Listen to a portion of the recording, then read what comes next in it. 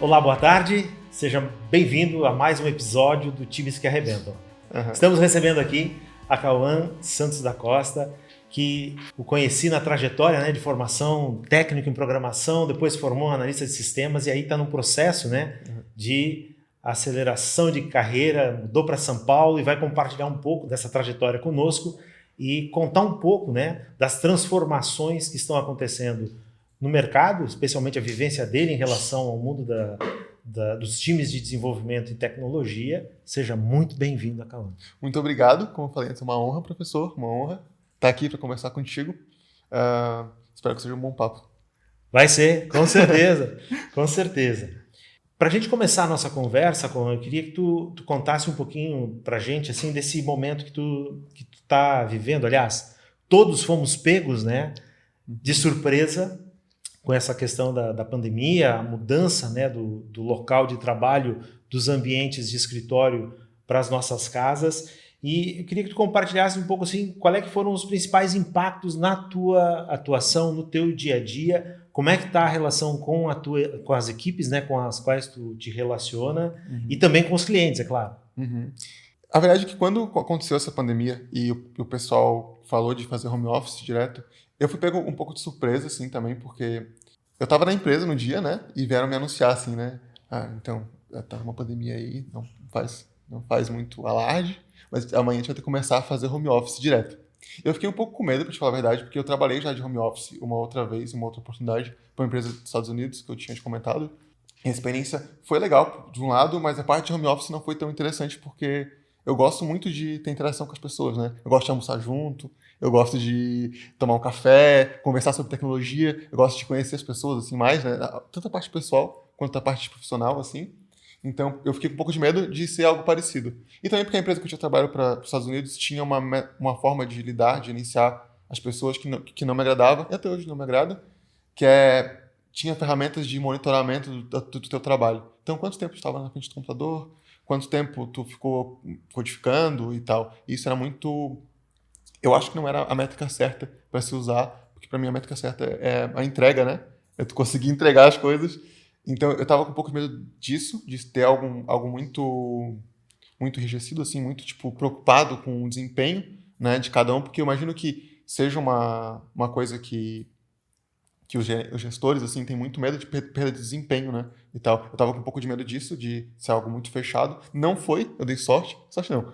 Acho que a maioria dos lugares não foi algo bem livre, que tu pode trabalhar, fazer teus horários em alguns momentos, Lógico que tem reunião, coisas do tipo.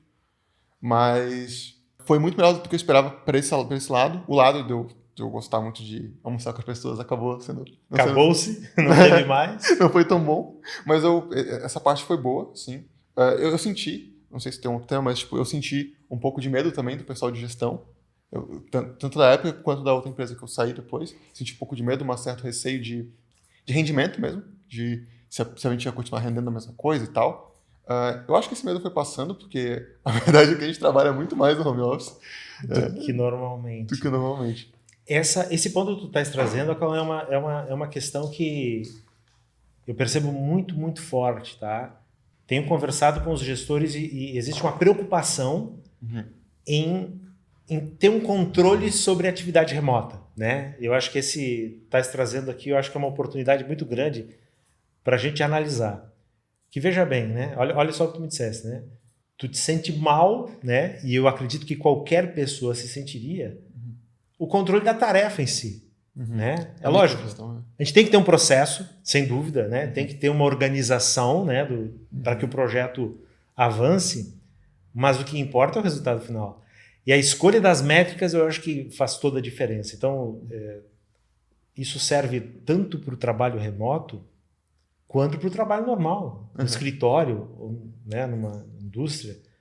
Eu lembro que logo que eu vim para Floripa, comecei a atuar lá no Senai e eu escutei pela primeira vez o termo fábrica de software, eu quase caí da cadeira, Porque é difícil, eu percebo que o software ele tem um conteúdo de criatividade, de criação de solução.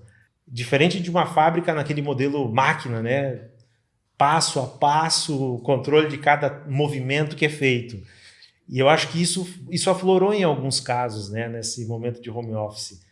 A gente tem que, talvez, se desprender um pouco, né, dessa necessidade de controlar e pensar em estabelecer métricas de desempenho que entreguem realmente benefício para o cliente, né, que façam a entrega final. Acho que isso é um ponto bem importante. Cara, isso que tu comentou, para mim é incrível, tá? Isso que tu falou agora, porque essa parte que tu falou assim, porque a programação software é uma coisa que não é exatamente fábrica.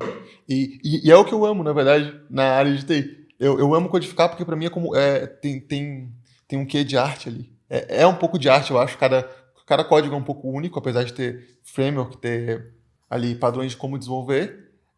É teu código. Claro. Tu criou aquilo, sabe? Claro. É que nem criar um quadro, coisa do tipo assim. A própria interpretação que a gente chama, né, do processo de levantamento de requisitos é um processo humano, né? Não é uma coisa mecânica, né? Interpretar o que realmente o teu cliente está buscando, a solução que ele precisa, é um processo comunicativo exigente, né? Não é uma coisa... Tem ferramentas, lógico, para nos ajudar, mas tem que ter uma sensibilidade artística, eu concordo contigo. Essa parte que eu adoro. Então, realmente tirar isso e transformar numa fábrica mesmo, eu acho que... Eu tô falando isso, mas eu não acho que... Poucas empresas acho que fazem desse jeito. Acho que a maioria entende um pouco, ou deixa da liberdade. As que eu passei, eu raramente tive esse tipo de situação em que era realmente uma fábrica. Então, a maioria entende isso. E acho que isso que faz gostoso a gente poder codar na segunda-feira e ir com vontade de trabalhar, entendeu? Pronto. Sabe? E eu acho que essa é a mensagem que a gente tem que compartilhar, porque daqui a pouco se tem algum gestor que está preocupado a monitorar passo a passo, né, seja o desenvolvedor, enfim, qualquer elemento da equipe, sai disso, né? Foca no quê? Foca no benefício que vai ser entregue ao cliente, né? Foca no que realmente gera valor e entrega valor, que é para isso que a gente está aqui, né? Com certeza. Legal. Uma outra questão, tá? Que eu vejo que é importante, né? Tu fala desse teu gosto, né? Pelo desenvolvimento, e eu vejo que tu investiu, né? Depois do curso de análise de sistemas, no cloud, né? Na engenharia de nuvem, e eu acho que essa é uma fronteira aí que está crescendo assustadoramente. Como decisão de mercado, eu acho que é tranquilo. Mas o que eu queria ouvir de ti é o seguinte, né? Primeiro, nas empresas por onde tu teve oportunidade, né, de trabalhar e aonde tu está trabalhando hoje, como é que é o processo de aprendizagem, né? Como é que o Cauã aprende? E mais do que isso, né? Existe aprendizado de equipe? As empresas estão sabendo explorar isso? Como é que tu percebe? Como eu te falei ali, eu amo codificar. Eu amo mesmo. Então, nunca vou parar de codificar, eu acho. Todas as áreas que eu for tem que ter código. Eu acho que quase todas as áreas de TI vão acabar tendo código. A não ser a parte de gestão, mas assim, teste, infra, vai tudo começar a ter código. Então, como é que aconteceu? Eu era desenvolvedor e eu comecei a gostar da área de infraestrutura, essa parte mais de integração contínua, DevOps, quando eu fui para a Softplan. A Softplan, uma empresa aqui de Floripa, eu tive a oportunidade de trabalhar com vários gestores lá dentro. Todos eram muito legais. Tipo, e todos assim me deram tipo, todo o apoio para mim ir para a área que eu quisesse ir. Então eu comecei estagiário, né? Também tinha um pouco disso. Claro. Porque eu era moldável, assim, né? Então eu trabalhei em várias coisas na Softplan, em várias áreas diferentes. E tive gestores que me, tipo... tu quer aprender isso aqui? Então, beleza. Eu vou começar... Não era na hora, mas eu vou começar a ver se tu consegue ir para uma área dessa para te aprender. E aí eu comecei a conhecer o pessoal de infra, da Softplan, o pessoal que cuidava de servidor de aplicação e algo do tipo. E eu amo codificar e eu comecei a ficar muito mistificado com o pessoal que mexia naquela tela preta do chão, sabe? Caramba, esses caras são muito bons, assim, eles parece hacker, sabe? Quero muito entender, e era muito difícil, porque eu não conhecia a rede, não conhecia nada disso. Era muito difícil, eu pensei, cara, é muito difícil, deve ser legal de aprender, e eu tenho admiração pelos caras, eu vou aprender isso aí. E aí foi que eu comecei a entender essa parte, depois eu comecei a entender cloud, e eu vi que dava de codificar para infraestrutura, que é um pouco do que eu faço hoje, codificar para infraestrutura de cloud. E na tua visão, assim, quais são os fatores que são decisivos, tá, para a preparação dos times, né? Porque tu estás dando um exemplo onde a organização ela cria o ambiente para o aprendizado, né? A gente sabe que, ok, né? Posso fazer um curso, posso fazer uma faculdade, posso fazer uma especialização, mas o mundo real ele tem uma exigência um pouco diferente. Na tua visão, quais são os fatores assim decisivos para a preparação das equipes para se alcançar uma performance melhor, né? Tem essa questão dessa monitoria, né, que eu acho que é muito importante, né? Mas como é que tu percebe essa mecânica? O que tu vê como oportunidade aí para fazer times realmente extraordinários? Eu trabalhei em empresas que tiveram muito processo e, como eu falei, os gestores que me ajudaram muito e tal. E eu trabalhei em uma outra empresa, que foi a Getmore, muito bacana também, e que era muito livre mesmo. E te dava uma liberdade quase absoluta para te fazer tudo. E era muito legal também. Eu acho que tem que ter um meio termo entre eles aí.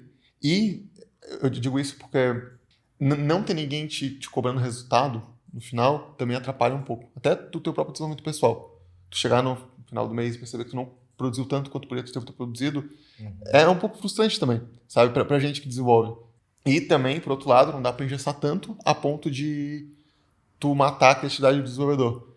Eu diria que é uma mescla entre os dois, assim. Acho que o mais importante é colocar as pessoas no lugar certo, assim. Tipo, ter pessoas que gostam do que fazem. Eu acho que isso é essencial, é difícil.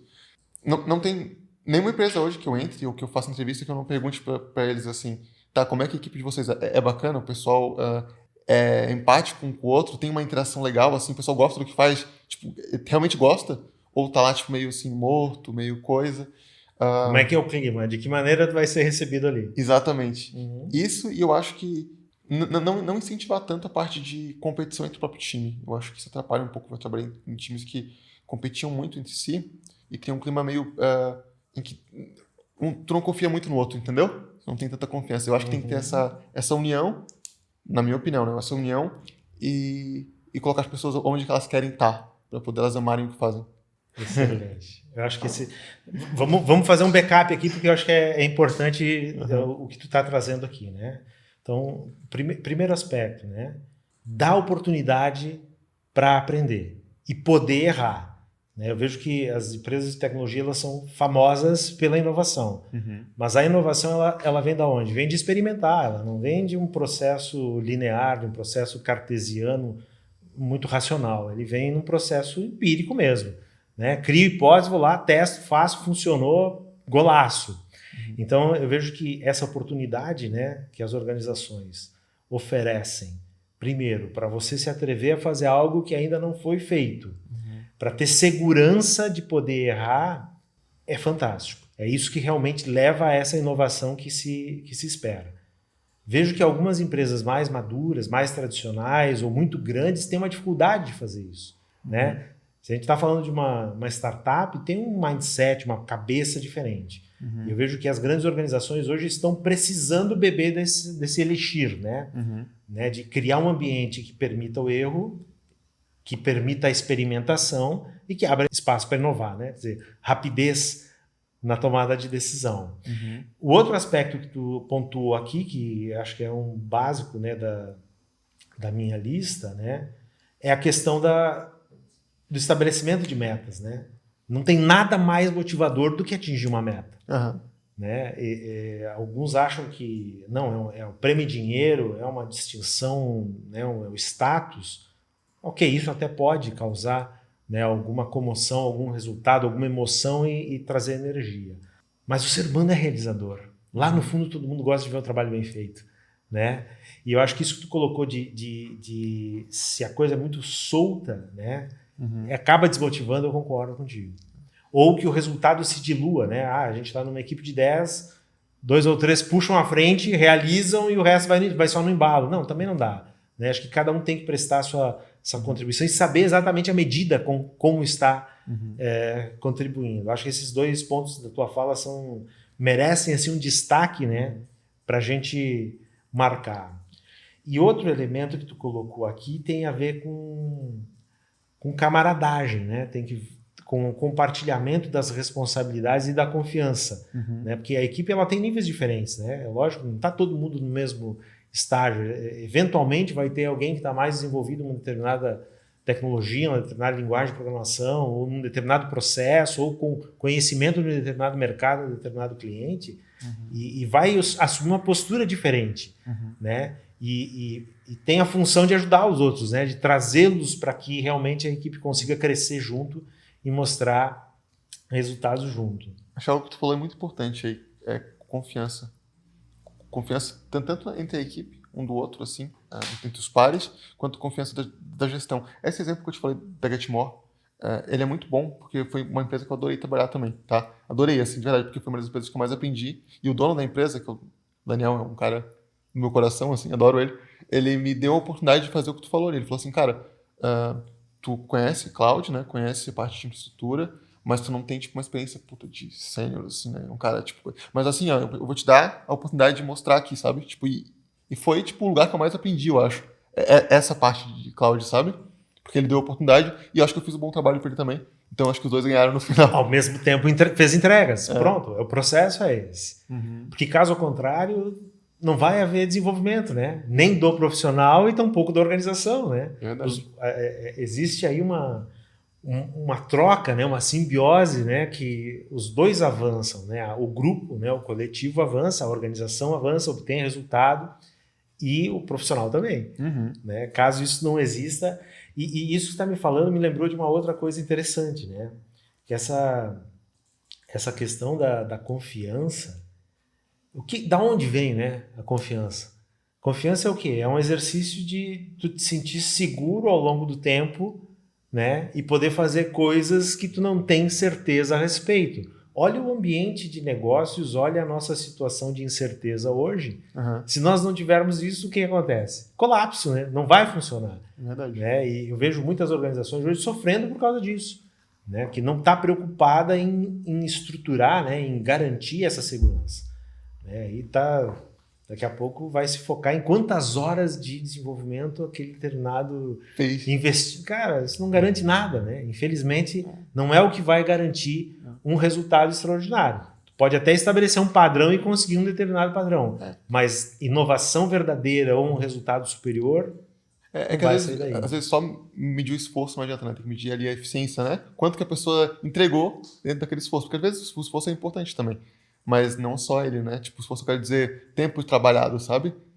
Sim. Tipo, tanto tempo ficou na tela do computador ali. Sem dúvida.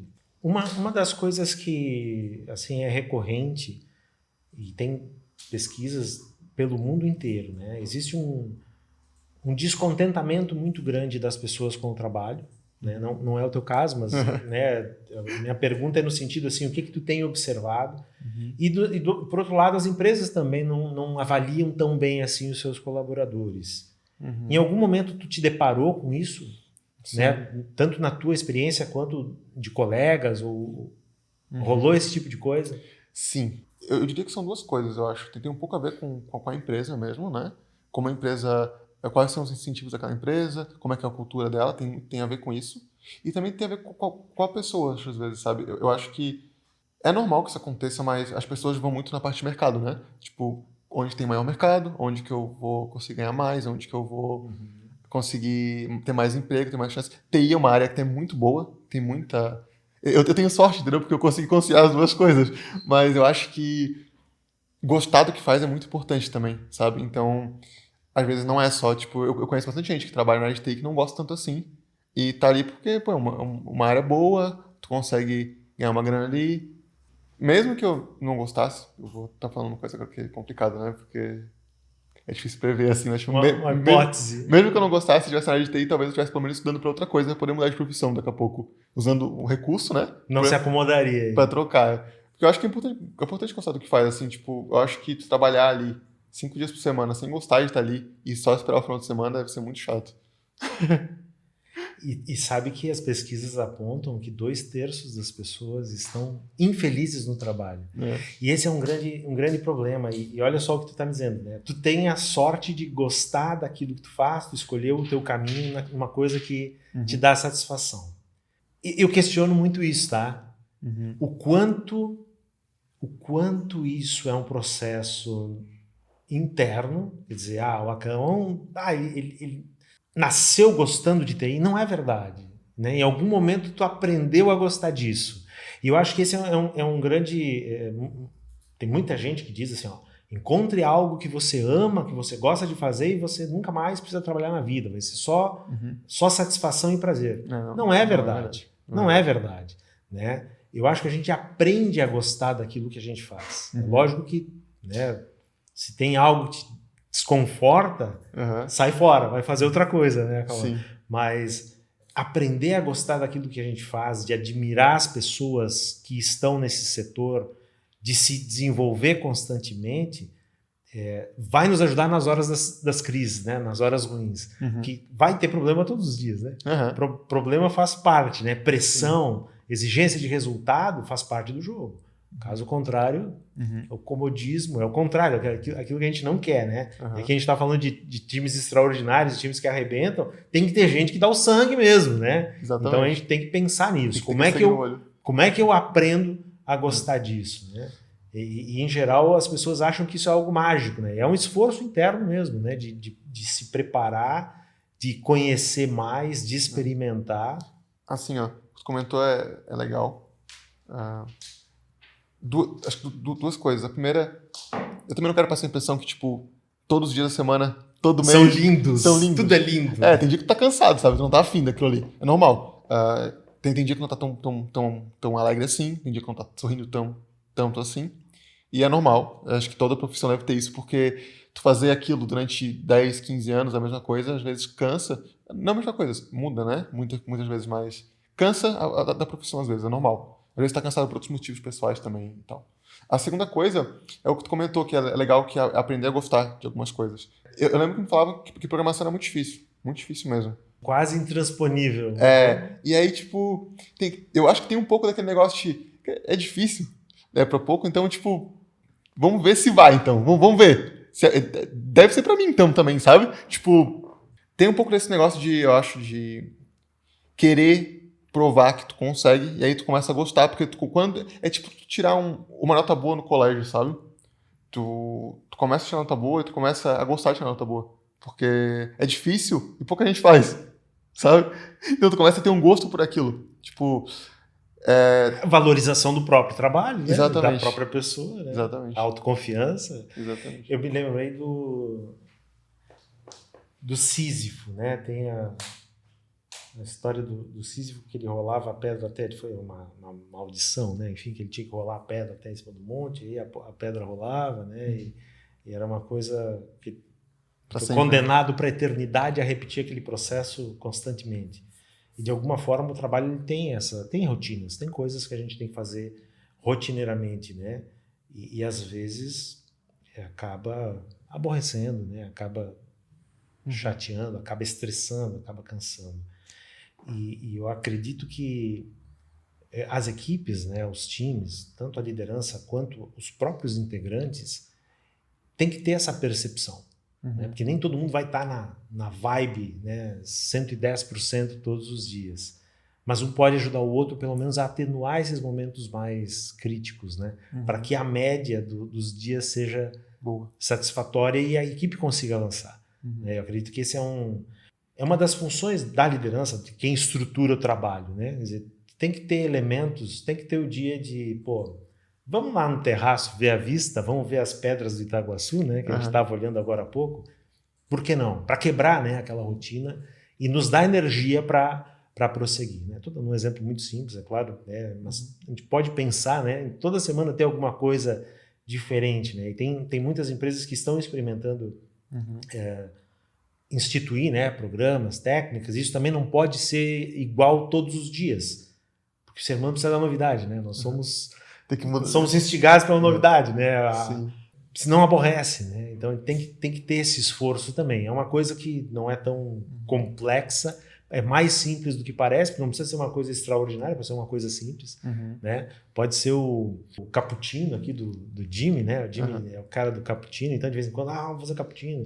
Não é assim a história? Hoje vamos comer um pastel. Agora a gente está com essa questão do afastamento, mas eu tenho visto a galera fazer competições, né? Vamos ver quem faz o café mais enfeitado, aí cada um na sua casa e bota na câmera lá. Você, mas é uma brincadeira? Sim, por que não? Né? Acho que a gente pode se divertir também, né? Na hora dos desafios a gente se une, mas tem que ter um momento também para dar uma desligada. E tem coisa também que eu acho que é uma atitude bem simples, assim, mas que me fez admirar muitas vezes o gerente de projeto ou o coordenador, e às vezes até o sênior da minha equipe, que tu não tá muito bem por causa de alguma coisa, ou tu tá meio estressado, uma coisa assim, quer saber? Vai dar uma volta. Não, eu tô contigo aqui, deixa que eu faço isso aqui, fica tranquilo. Ou eu tô aqui pra te dar o suporte, se precisar, eu tô aqui do teu lado. Que for pra levar o problema, tipo, que for pra levar o problema comigo também, eu tô contigo pra suportar isso. Isso é... E é uma coisa que exige sensibilidade, né, Calvin? Porque às vezes no fogo do dia a dia tá tanto preocupado com a entrega, com a meta, e não percebe quem está do outro lado, né? Sim. E eu acho que nesse momento especialmente, onde a gente está se olhando através de câmeras, né? Está se olhando através de monitores, através de telas, essa percepção ela precisa ser mais atenta ainda. É verdade. Tem que ser mais exercitada ainda. Eu vejo às vezes as pessoas estão ensandecidas, né? Não, entrega o prazo, né? A meta ao cliente, ok, beleza. Mas a gente sabe que não vai sair algo de boa qualidade ou na velocidade que a gente precisa se a pessoa que estiver lá do outro lado não estiver bem. Esse olhar ele tem que ser exercitado. E não é só o líder, é lógico, né? O líder ele tem uma posição de destaque, ele tem uma obrigação, tem um papel ali para cumprir, né? Mas às vezes entre os pares também a gente tem que ter essa sensibilidade, essa atenção. Né? A gente tem razão, em câmeras é mais complicado mesmo. Principalmente porque muitas vezes a gente faz call sem ter a própria imagem, né? Então tu nem sabe como é que a pessoa tá, sabe? Tu escuta a voz. E às vezes é difícil tu poder, tipo, saber que a pessoa não tá num momento legal, ou que tu pode dar uma força, sabe? Pronto. E às vezes a pessoa já fecha a câmera porque não quer se expor também, né? Então Exatamente. tem N questões. Mas o processo comunicativo, ele exige o feedback. Né? Quer dizer, o que eu estou conversando aqui, o argumento que eu estou tecendo, ele vai depender do feedback. Ele vai depender de quem está lá do outro lado me dizer, ok, né? Absorvi isso. É isso mesmo? Estamos na mesma página, sim ou não? E eu acho que esse é um elemento que... Bom, trabalho com tecnologia da informação, né? Não adianta só emitir, né, um sinal, um código e navegar longe. A gente tem que ter a retroalimentação disso para garantir. E entre as pessoas isso é mais importante ainda, né? Porque o sistema é automático, né? Ele vai apontar a falha, né? Agora, o humano, às vezes não nem entrega, sempre. Né? Nem sempre. Legal. Deixa eu te perguntar uma coisa que é recorrente também, eu acho que é um tema importante que a gente tem que trazer, tá? Eu tenho conversado com muitos líderes e muitos gestores e muitos de empresas de TI que eles apontam que tem um problema de turnover, um problema de baixa retenção de profissionais. Aqui, alguns, por exemplo, me falaram que gira na faixa de algumas empresas, né, claro, de 1 ano e meio a 2 anos. Se a gente for pesquisar na internet, as líderes de TI, algumas as que têm uma longevidade maior do colaborador, chega a 3 anos e meio. Muito pouco tempo. Qual é a tua visão? Por que isso está acontecendo? O que tu percebe? Eu vejo assim que é muito vantajoso para um mercado bem aquecido tu fazer isso, na verdade. Por profissional? Profissional consegue progredir trocando muitas empresas. Talvez uma coisa que seja interessante que tu comentou é que é muito mais fácil tu ganhar uma promoção trocando de emprego do que ficando na empresa há muito tempo. É muito mais rápido, sabe?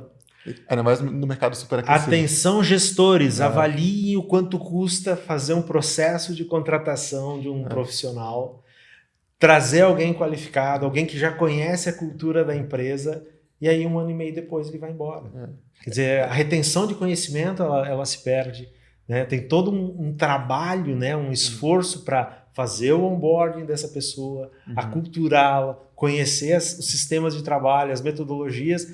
Quando aprendeu, vai embora.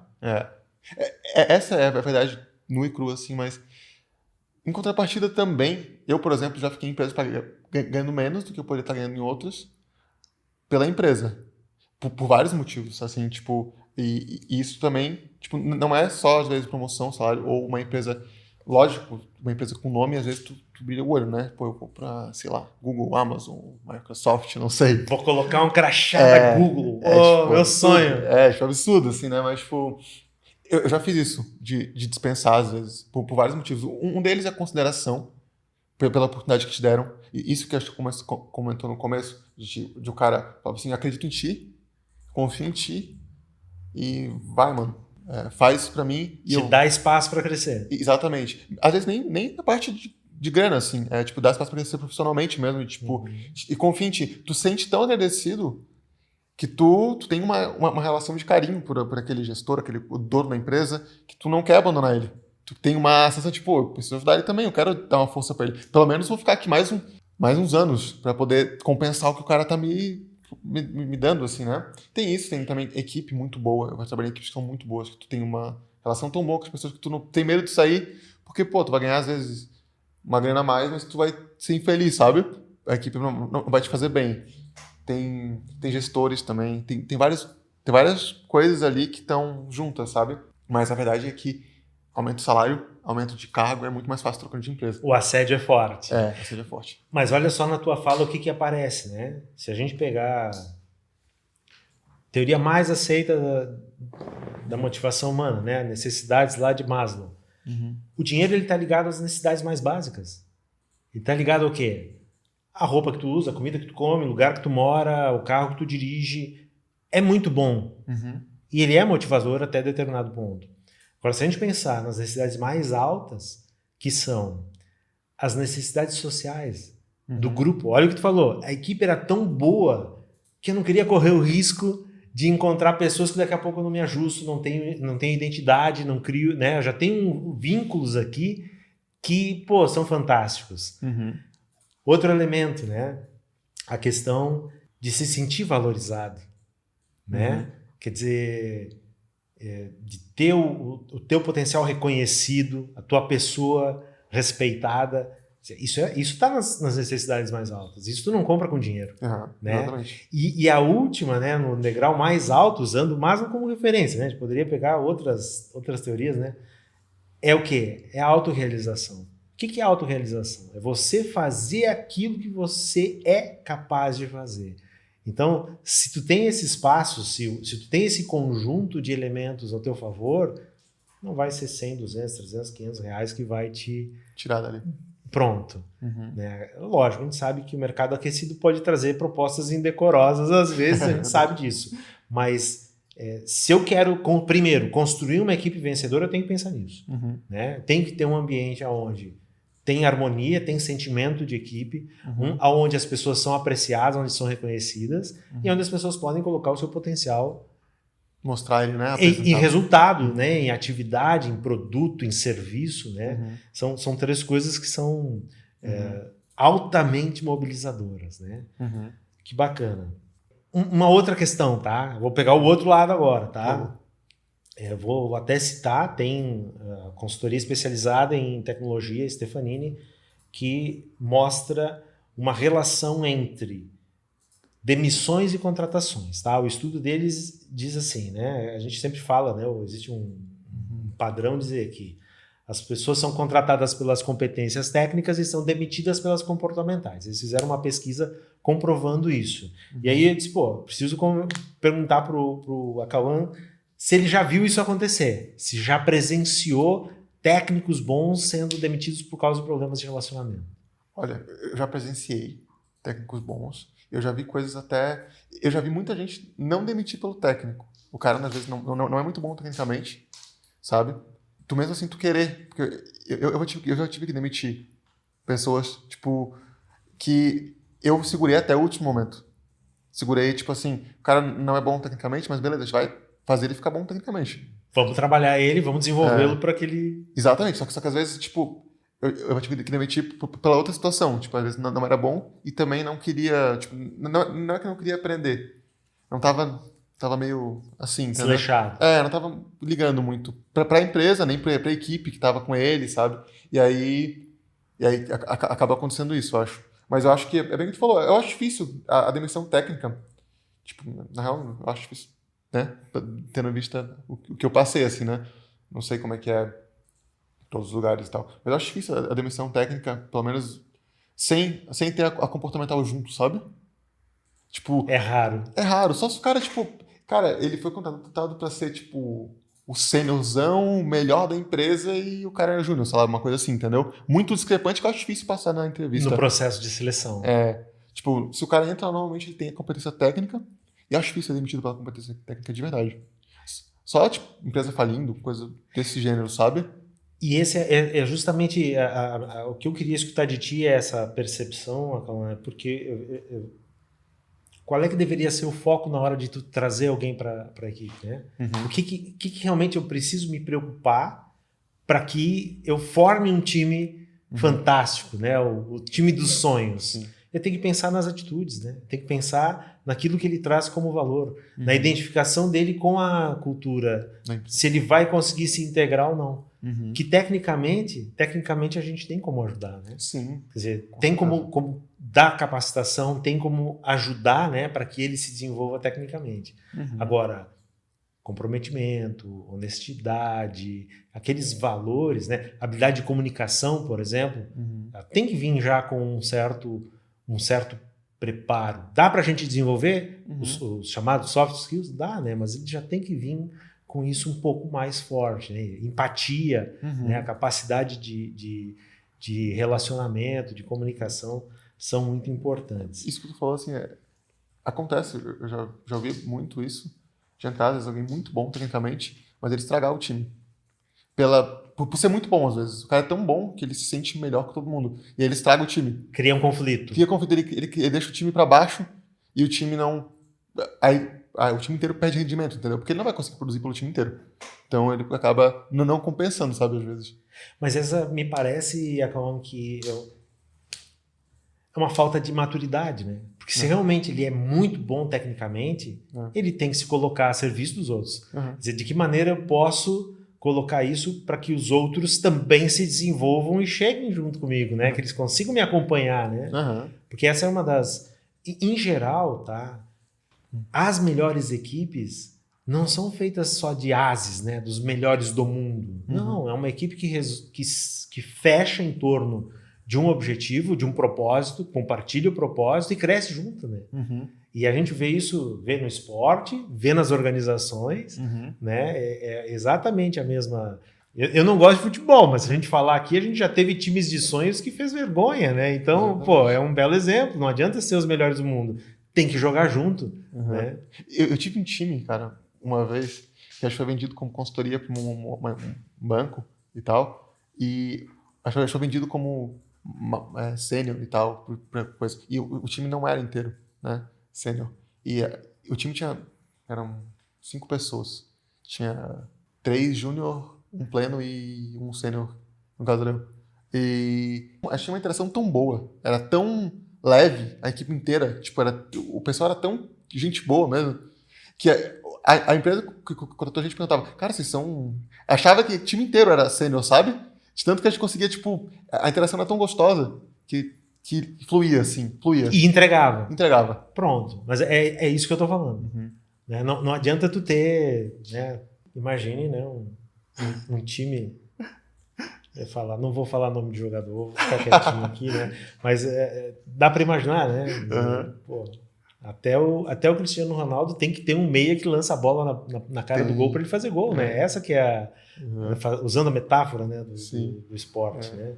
Essa falta de compreensão, acho que ela precisa ser melhor entendido, né? Que esse espírito e eu falei em camaradagem antes, né? Usei o termo, mas é o espírito de equipe, na verdade, né? Quer dizer, porque senão nunca ninguém vai ser sênior, né? Imagina, eu vou só contratar sênior e os júnior vão aprender como? Aqueles que estão chegando no mercado agora. Né? Estagiário, sem chance. Só para servir o cafezinho?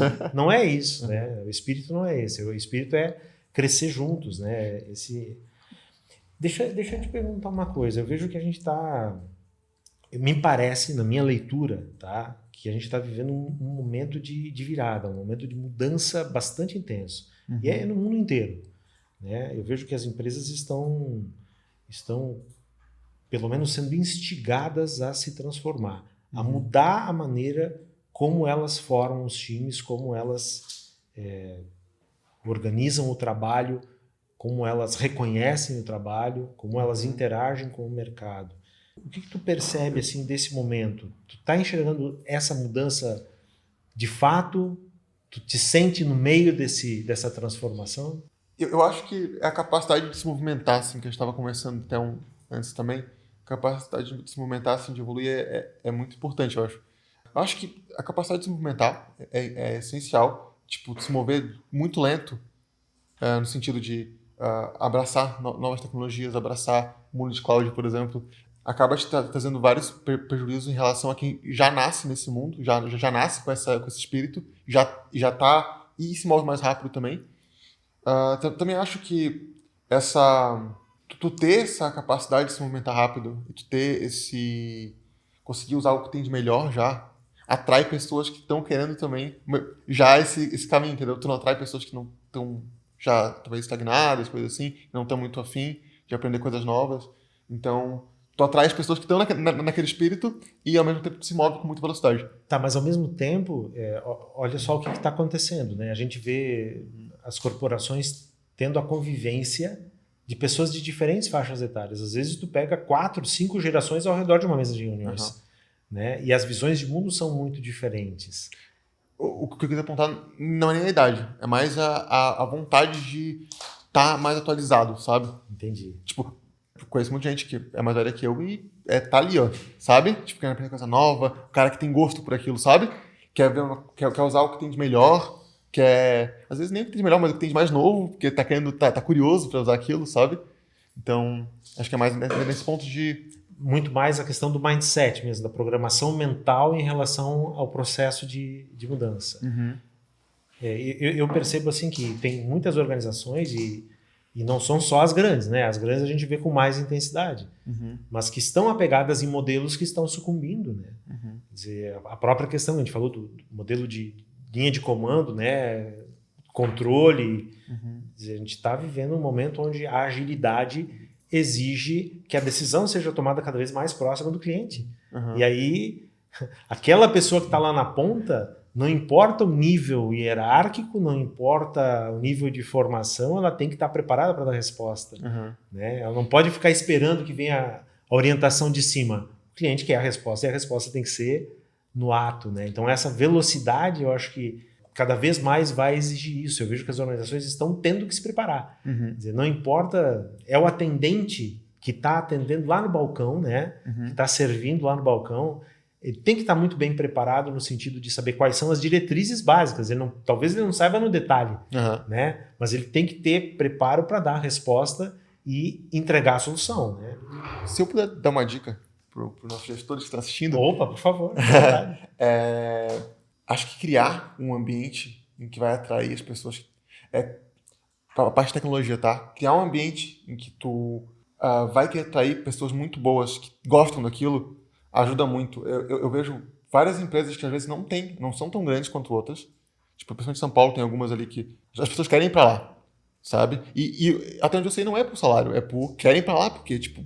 Eu acho que uma coisa que ajuda muito é tu abraçar as comunidades de profissionais, fazer meetings na tua empresa, trazer desenvolvedores que não são de lá para ver aquelas palestras e criar um ambiente que tu saiba que as pessoas estão querendo ir para lá porque sabem que é um ambiente que tu vai crescer pra caramba, tu vai aprender muito, porque tu vai trabalhar com gente que gosta de coisa nova, que vai querer te ajudar e que tem aquele mindset que tu comentou. Acho que isso ajuda bastante. E essa é uma das coisas que me surpreende, tá? Porque, por exemplo, a minha vivência profissional, né, como executivo, dos maiores aprendizados que eu tive foi com concorrentes. E eu fui recebido com muita cortesia e teve feedback, a gente teve trocas e ambos ganharam com isso, né? E eu vejo que alguns ainda estão presos num outro modelo, né? Num modelo competitivo onde um tem que destruir o outro, né? E eu acho que isso tem que ser questionado, né? Hoje, os modelos são colaborativos, né? Eu aprendo, eu colaboro e vou buscar um mercado que seja... Que eu consiga contribuir, né? Exato, que eu consiga dar minha melhor contribuição. Né? Aquele princípio da guerra, da disputa, eu acho que cada vez mais vai cair. É lógico que a gente vê, né? Tá falando de grandes referências, né? Tá aí a Google se deparando, Facebook, que são gigantes, né? Que já não são mais aquelas startups como foram no passado, e estão adotando posturas, né, que são retrógradas e estão apanhando muito por causa disso. Né? Tá aí eles sendo chamados lá no Congresso americano justamente para ser questionados. E da mesma forma eu vejo a dificuldade que eles estão enfrentando de replicar e manter modelos em todo o mundo. Né? Quer dizer, os times menores eles têm mais agilidade, têm mais velocidade e têm mais condições de fazer. Né? Talvez o grande desafio das organizações grandes é manter esse espírito, né? E dar liberdade para os times pequenos exercitarem, né, todo esse seu potencial. E tu vê como é fácil hoje, né? Fácil no sentido, tipo, empresas pequenas hoje, uma diferença que tinha antigamente, tu precisava antes para fazer a tua empresa de software, comprar um servidor, né? Contratar o cara de rede, que era bom naquilo, que era um cara normalmente cabeludão, assim, roqueiro, que manjava muito de rede e tal, e ele vai configurar para ti todo aquele servidor, né? Vai configurar para ti teu DNS lá e tal. Hoje em dia, eu vejo um monte de startup começando no ambiente de cloud e tu vê que é muito mais barato e rapidamente já tá ali colocando tua aplicação em produção, sabe? Dentro de um ambiente que, na verdade, tu tá usando um ambiente da Amazon, ou do Google, ou do Microsoft, DigitalOcean, outro lugar, mas é muito mais rápido tu chegar no mercado, sabe? De tu colocar teu produto lá por um preço barato. Sem dúvida. Então, esse é justamente essa mudança, né, esse processo de não só de digitalização, mas de desmonetização, né? É um outro elemento que eu não sei exatamente se continua, mas a AWS oferecia $10 mil para qualquer empresa iniciante, bastante, né, para começar, quer dizer, e aí entra justamente no meu ponto, tá? Onde eu bato com muita força. A tecnologia, ela é importante, sim, ela é fundamental para te criar produtos disruptivos, produtos inovadores. Quem é que vai criar isso? São pessoas, entendeu? E aí a gente volta, se eu não montar um time foda, um time realmente que seja extraordinário, a tecnologia por si só não vai fazer nada. Né? E outra coisa, né? Criar o conceito é fácil. Ter ideia, nossa, meus alunos criam cada coisa fantástica. Vamos fazer acontecer? Isso é outra coisa. Né? Falta mobilização, falta organização, falta né, o comportamento empreendedor, que é o que as organizações precisam também. Sim. Então a gente tem que exercitar isso, né, o quanto antes, né, o mais rápido possível para que isso seja incorporado. E a gente está falando de quê? De características de comportamento. Não estou falando de dominar uma determinada linguagem, uma determinada estrutura de dados ou uma determinada técnica. E isso que você falou legal do time também, porque eu acho que é uma coisa que eu não comentei, que é uma coisa exponencial, assim. Você cria um time ali que gosta daquilo, é bom, é rápido e adora o que faz e tem uma empatia boa. Essa empresa que eu te falei, que é a Getmore, entrou um amigo meu lá. No final, quando eu saí, tinha uns 6, 7 amigos meus da faculdade e amigos pessoais de pequeno que também fizeram TI, que foram chamando, assim. Cara, a empresa é muito legal. Tipo, eu aprende pra caramba aqui, a gente tem muita liberdade e tal, vem pra cá. Trazia outro. E no final eu tinha um time que se adorava, sabe? Eram vários amigos, assim. E era por isso, sim, porque tipo, a empresa dava esse espaço pra te poder crescer. Então eu acho que é exponencial. Tu tem um time legal, eles vão trazer pessoas legais. Claro. E vai aumentando, sabe? Mas o que é o time? O time é uma comunidade. Né? Eu acho que é um paradigma que precisa ser quebrado, que trabalho é uma coisa e a vida é outra. A gente tem duas vidas, a gente tem uma vida só. E se a gente conseguir criar esse espírito de compartilhamento, de conquista conjunta, né? As pessoas vão sentir prazer, vão ficar felizes de ir para o trabalho e vão querer convidar os amigos, que é o que tu está falando. Né? Quer dizer, tu consegue... Eu vejo aí hoje o movimento, né, do employer branding, né? Experiência do empregado. Existe todo um esforço para as empresas criarem uma marca em torno, pensando no mercado de trabalho, e é justamente disso que a gente está falando. Aonde tu vai começar isso? Na célula mínima, né? No próprio time de trabalho. Da mesma forma que, comercialmente, o que a gente diz, né? Tu pode ter o maior esforço de venda do mundo, mas a propaganda boca em boca, ela é poderosíssima. Exatamente. Né?